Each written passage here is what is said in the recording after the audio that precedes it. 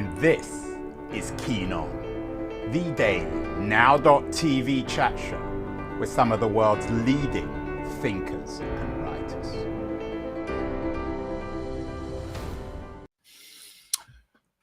Hello, everybody. The news from the center of the world is not very good. Won't surprise you that there's war, sometimes potentially even genocide, lots of issues, debates, riling not just the Middle East, but also the United States and the West in general. One man all too familiar with the stories from the center of the world is my guest today, Jordan L. Grabley. He is the editor of the Marquez Review, a very interesting publication that focuses on news out of the Middle East, the Arab world, the Iranian world. And he's also the editor of a collection of news stories, appropriately called Stories from the Center of the World, which is put out by my friends at City Lights in San Francisco. Jordan is currently on tour in the United States, and he's joining us from Berkeley, California. Jordan, congratulations on this new book. Thank you. Stories from the Center of the World, new Middle East fiction. Why do we need it? I mean, Americans, of course, are all too familiar with images and videos of violence, of genocide, of terrible wars in the Middle East, ongoing wars. How does your book, Stories from the Center of the World, present perhaps a more balanced vision of what really is going on in the Middle East? Thanks for having me on, Andrew. When we think about Palestinians, we can't help but think of the word terrorist because the image of the terrorist has been very carefully developed throughout the cinema of Hollywood for the last 20 or 30 years. After the fall of the Soviet Union and the evil Russians were no longer the main enemy, we had to find something else, other people to play the villains. And so Arabs and Muslims and Palestinians in particular, and especially since the Munich Olympics of '72, the Palestinian trope has been quite popular in cinema and television, which is really unfortunate because we're placing on an entire people a stereotype that is hard to overcome in our media. It would almost be as if, in the United States, almost all of the mass shootings, especially in school shootings, are mentally imbalanced white men, but we don't think of all white people as psychopaths, do we? So the book, Stories from the Middle East, that's a slip, Stories from the Center of the World, is a collection of 25 different authors with varying backgrounds. And we use the term the center of the world as a replacement for the CIA and crafted term, the Greater Middle East, because modern civilization or civilization that we're familiar with began 7,000 years ago in this region, stretching from what is today modern Iran and Iraq to the Mediterranean, ancient Greek, ancient Roman civilization, and so forth, ancient Palestine, etc. So this is just an alternative way of framing it, getting away maybe from the idea of the extremist Muslim terrorist, ISIS, etc. You describe yourself, at least in your X profile, Jordan, as an honorary Palestinian. You live in Montpellier in France. You divide your time, I think, in some ways between the US and France. Tell me a little bit about yourself and how you fit into this narrative. You're the editor, so you've selected the stories, but it comes with your stamp of approval and perhaps a reflection of yourself. I am based in the south of France for a number of reasons, maybe not that important to get into, but geographically, I am close to North Africa, which is the origin of my family name, El Grabli. My grandparents were Moroccan immigrants to France. And I am an honorary Palestinian because I feel that the Palestinian cause is the underdog cause of the 21st century, that until Palestinians are free I don't feel that any of us are truly free. You remember the work we did in the 1980s and early 90s to get rid of apartheid in South Africa. Well, I view that uh, the struggle of Palestinians for their autonomy, their freedom, to be analogous to that, to South African apartheid era struggles. And I think we're seeing that now. I think that the young people who are protesting and camping out on campuses across the US and in some European cities are very well aware of that history. And some of them are very articulate.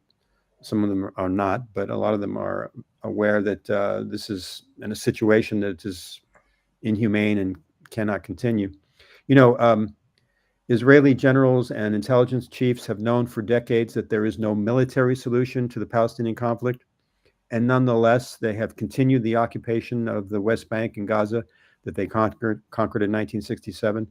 They know there's no military solution, but they continue to build the settlements. And I think that the grand plan is for Greater Israel is to keep the whole shebang, the whole historic Palestine, and just continue to occupy and colonize and accord second class. Jordan, obviously, your book is not just about Palestine. I don't want to turn this into another Palestine, Gaza, Israel show. But how would you respond to some people who say, well, it's all very well. Obviously, the Palestinians have suffered terribly over the last 50, 70 years. But what about the suffering of other peoples in the center of the world? The Syrians, for example, during the Syrian civil war, or most Iranians under the current theocratic dictatorship. How would you respond to those critics?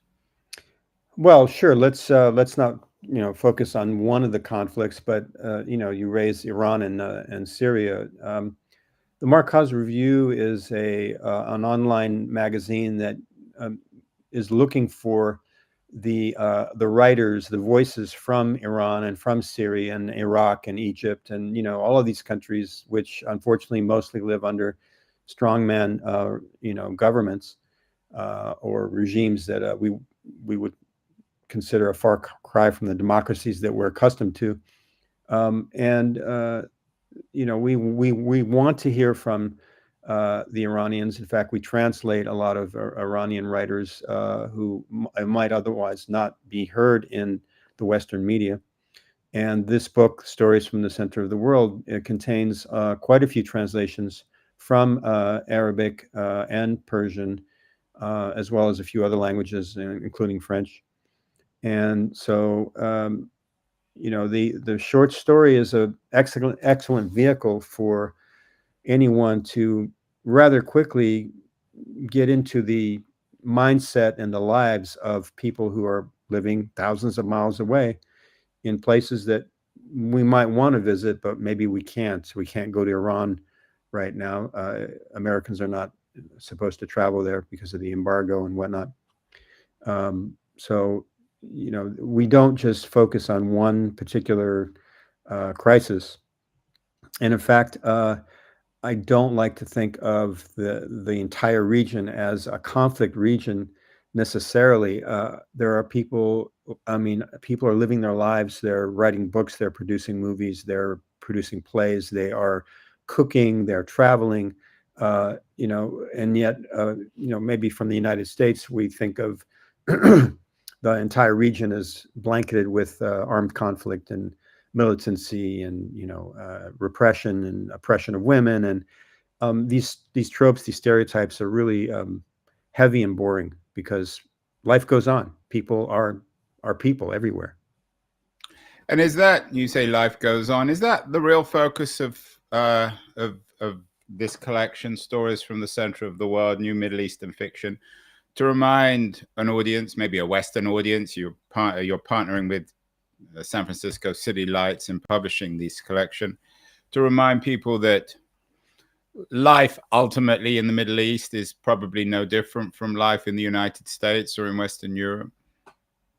Well, there are obviously some key differences, but yes, the stories in the book are, I think, quite a few of them deal with the issue of being a refugee or an immigrant, or trying to find a new place And I think all of us, no matter how comfortable we are always looking for home. I know, in my case, I'm both American and French, and when I'm in France, I don't feel entirely French, and when I'm in the U.S., I don't feel entirely American. And I think that's the situation, being sort of an insider and an outsider, that a lot of people these days are familiar with, whether it's the climate crisis or an economic crisis or armed conflict. A lot of people are constantly moving around and trying to, establish a new foothold. Obviously, this is a conversation in the UK and France, the US. Who gets to be a legal immigrant, who's an illegal immigrant. A lot of the stories deal with those issues, for sure. How different is the conception of quote unquote the Middle East in France than from the United States? You talk about these common tropes, imagining autocracy, violence, subjugation of women. Is the dominant cultural assumptions in France quite similar to those in the United States? And would you connect somebody like Marine Le Pen with Donald Trump in terms of their denigration of Muslims and Muslim immigrants? Well, there is still, yes, a lot of simplification and vilification of Arabs and Muslims in Europe. However, the French have a history, a closer history to North Africa, to Morocco, Algeria, Tunisia, than do the Americans by and large. So, and also, as in the southwestern United States, the minority population is Mexican. In France, of course, the majority minority population there are North Africans. And so whether you're in Paris or any of the other cities like Marseille or Toulouse or Montpellier, where I live, there is a significant population of people from those countries. And a lot of French people travel. They go on vacation to Morocco as they go to Spain, the way we go to Canada and Mexico. So I think and also quite a few of the writers who are translated into French, or who even write in French, like Amin Malouf and Tahar Ben Jaloun, and many others, Leila Slimani, they're common currency. They're on television. I think the French are closer to the Arab and Muslim world than are the Americans and even the Spaniards. But we saw with the the conflict with Ukraine, there was an emotional outpouring of support for the Ukrainians following the Russian attack, and that made a lot of Arab and Muslim people feel the bias, the prejudice, because we wanted to do so much for the Ukrainians, and yet the same thing happened to the Syrians in the civil war. And there was a lot of news about it, but essentially Syrian refugees, because they're Arabs and they're Muslims, were not given the same sort of warm welcome in Europe that the Ukrainians have received. And this is part of what I think has motivated me for many years, Andrew, is there is a clear discrimination against people who are Arab and Muslim, which is not always the same thing. It's not necessarily interchangeable, but we see it in American culture. We see it in European culture, quite as some Spanish politicians have said, Muslims are not like us. They're, it's a foreign. So why is that, in your view, Jordan? Is it religious? Is it racial? America, of course, has a long history of racial discrimination, of slavery. Should we be fitting this misconception of the Middle East into racial or religious analysis?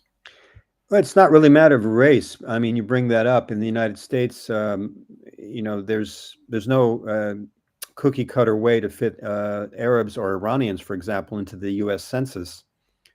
Some Arabs would be considered classified white or Caucasian, and Iranians will tell you that they are the original Aryans.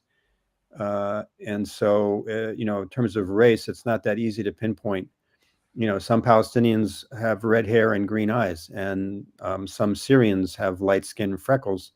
So it's not so much a matter of white, brown, and black, but religion. Yes, that is, I think, the defining discrepancy or conflict. Is Islam seems to be quite different, and thanks to the extremism of ISIS for years. people think that Muslims are very different from us. We're speaking with Jordan El-Grabli, the editor of an intriguing new collection of short fiction, Stories from the Center of the World. It's published in partnership with my friends at City Lights Books, one of the iconic bookstores in the heart of San Francisco in North Beach. Going to take a short break, and I want to come back with Jordan and talk more specifically about the essays, the fiction in the book. But I want to thank our friends at Liberties, another excellent publication, a quarterly journal of culture and politics, who help us bring who help bring excellent guests like Jordan El-Grabli to the show. Going to run a short feature about Liberties, and then we'll be back with Jordan to talk more concretely about his new collection. So don't go away, anyone. We'll be back in a second at the center of the world. The noise, there is nuance, insight. Liberties is not just a journal of ideas. It's a meteor of intelligent substance. It's the place to be for engaged citizens. Politics, opinion, substance. Liberties is a triumph for freedom of thought. A quarterly of urgency, of cultural exploration, of intellectual delight, of immaculate prose. It's invaluable. Subscribe now or find Liberties at your favorite bookseller. And you can subscribe to Liberties at libertiesjournal.com. We're speaking with Jordan El-Grabli, the editor of the Marquez Review, a Montpellier-based writer who's also the editor of a new collection of stories from the center of the world, new Middle Eastern fiction. I'm going to ask you the most unfair question, Jordan. You can guess it. I'm sure people continually ask it of you, and I'm sure you're very good at dodging the question. But do you have a favorite essay, favorite story in these stories? Okay, yeah, you're really putting me on the spot there, Andrew. But I have a couple of stories that I really like. I like Asha and Haji by Hanif Qureshi, who's British and Pakistani. Yeah, and he's made quite a name for himself over the last few months because of his medical condition and his response to it. Perhaps you might tell us a little bit about Qureshi. Yes, Hanif, for those who are around in the 80s, they remember his film, My Beautiful Laundrette. Yeah, well, classic film, brilliant film. Yes, and his novel, The Buddha of Suburbia, and then Intimacy. He's a novelist, screenwriter, and many don't know, but he is a prolific writer of short stories. He's written, I don't know, probably a few dozen short stories. And he contributed Asha and Haji, which is about a immigrant couple trying to make it in London. And that is definitely one of my favorite stories. Another one by but before we get to it, tell us, if it's based in London, why is this a story from the center of the world? Because the two characters, the protagonist, Asha and Haji, are both refugees from a conflict country. And he doesn't specify which one, but we understand that they are Muslim, they're immigrants, they're poor, they're illegal, and they're struggling. And that's a common experience for whether you're from Syria or Palestine or Afghanistan. Okay, so you like the Qureshi story? He's a wonderful writer. Who else in the collection? What are the stories? One of the younger writers is Sarah Al-Kali Mills, who I'll be reading with actually tonight, and who I shared the microphone with last night at City Lights, Lebanese American. Her story is called The Salamander, and it's a very imaginative way to present the story of four women who are all on this island, and the salamander is an interesting metaphor. I also like Farah Ahmed's story, which is set in Lahore, Pakistan, about a poor street woman who becomes adopted by a British anthropologist, and he falls in love with her. Nothing happens, but it's a very intriguing. She constructed the story from the end to the beginning, and it's called Six Early Deaths. It's an inventive. In fact, there's a lot of invention.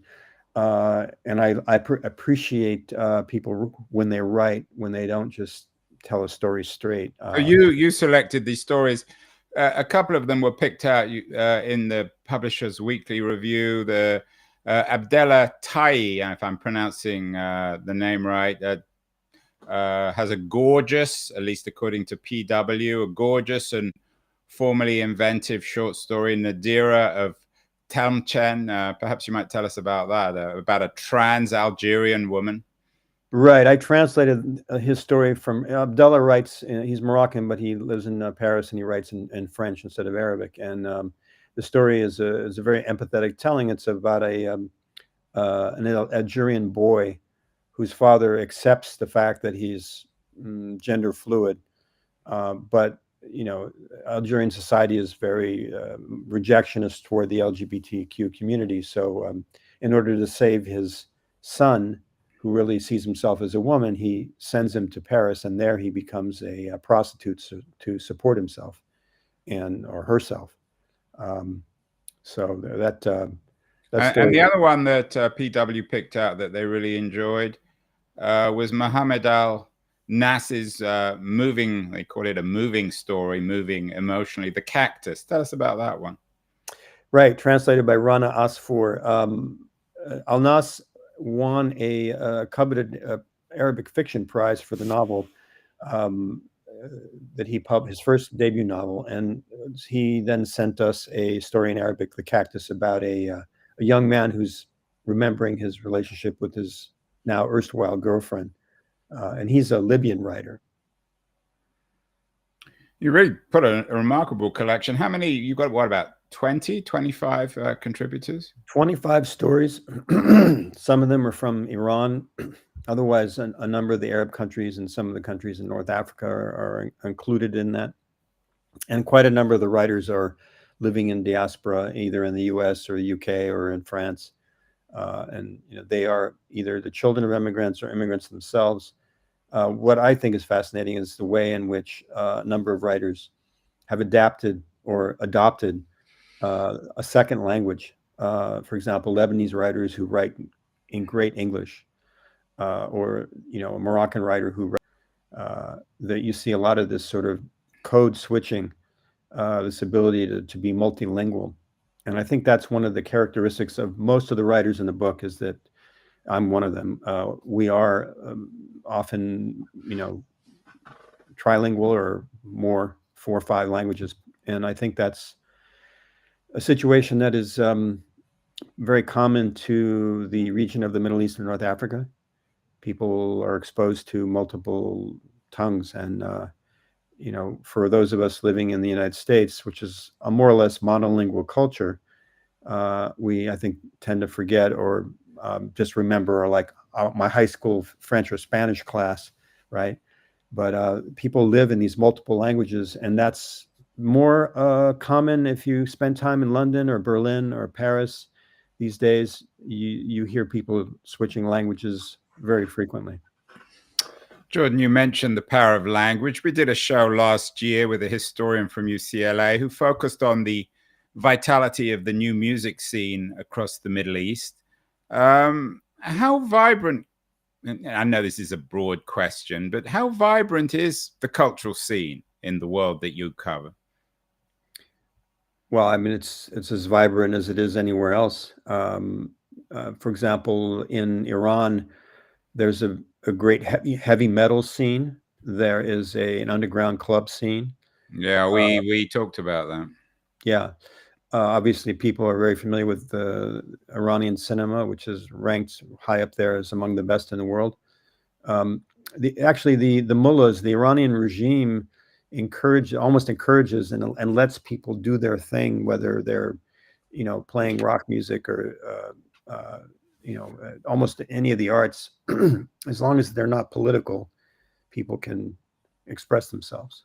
You know. How you've talked a lot about North Africa, Iran, Egypt. You haven't mentioned the Gulf, Saudi Arabia, of course, or Dubai, or the other Emirates. Do you have work from the Gulf, from Saudi in this collection? We don't have a Saudi Arabian story in the book, but we do have a story from May Al-Nakib, who's a Kuwaiti American living in Kuwait and teaching there. and she's has a collection of short stories and at least one novel out, I think two. We do deal with Qatar and Kuwait and Abu Dhabi quite frequently, whether publishing essays or short stories. And there is I don't want to say a resurgence, there's a surge of writing coming out of the region in English and Arabic that's quite impressive. So if, for those who are interested in exploring that. But then the people in Kuwait, I mean, Kuwait had a very important Palestinian population, which was sort of mistreated and exiled after the Iraq War. But there's still Palestinians there. So with respect to Saudi Arabia, they're putting out quite a few new writers, novels. Excuse me. But to be honest with you, we are not that thrilled about promoting Saudi Arabia, sort of doing the art washing that they would like. We still are concerned about the situation of human rights. Yeah, we did a show last year on the pretty abysmal human rights situation in Saudi. What about Israel itself? Of course, many writers, we've had a number of Israeli novelists and writers of one kind or another on the show. Did you consider including in this collection of new Middle East fiction any Israeli writers? I did, and I actually tried to get stories, and there was a time issue, and regrettably, there aren't any Israeli contributors in this particular volume, but we probably will do another one of these in the near future, and we will include. I don't think that it's right to expect individuals to represent their entire country. Not all Americans represent Donald Trump or Democrats, obviously. So let's not judge books by their cover. That's what I think. Jordan, you're on tour in the US. You've just got here from France. I think City Lights has put you on tour. You're going to be going all over the place: Los Angeles, Las Vegas, Chicago, Washington, D.C. You're in the early stages of the tour right now. What's your sense of your reception? Are you going to be preaching to the converted? Would you like some of these readings and discussions to turn into civil conversations about what America should and shouldn't do in the United States? In the Middle East? I would rather not preach to the choir. And so I hope that people who are hearing about what's going on in Gaza and looking at the student protests show up to these readings to sort of change the record, change the station, and hear some new information.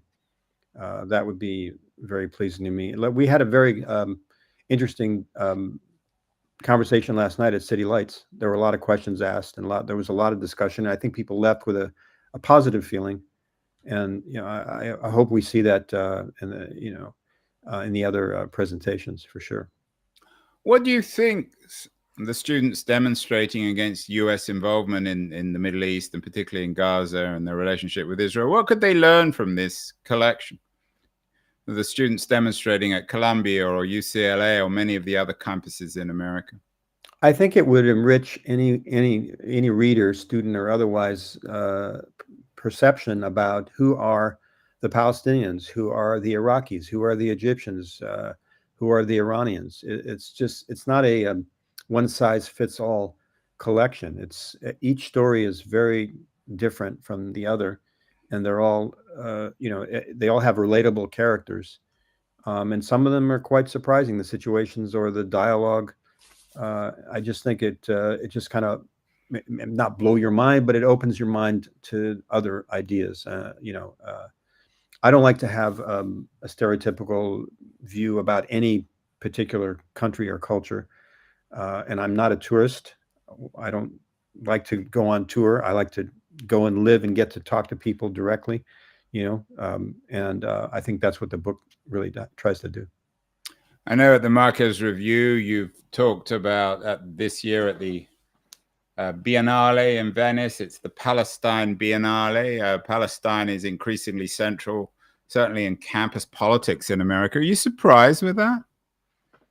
I think it's been building up for a long time, and I'm not surprised. And I believe that we are at a tipping point, and I think we may not be very far away from a major shift in the Israeli-Palestinian conflict.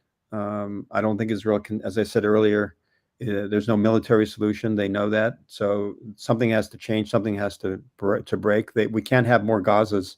We can't have more, of these conflicts. It's just not sustainable. I think the world knows that.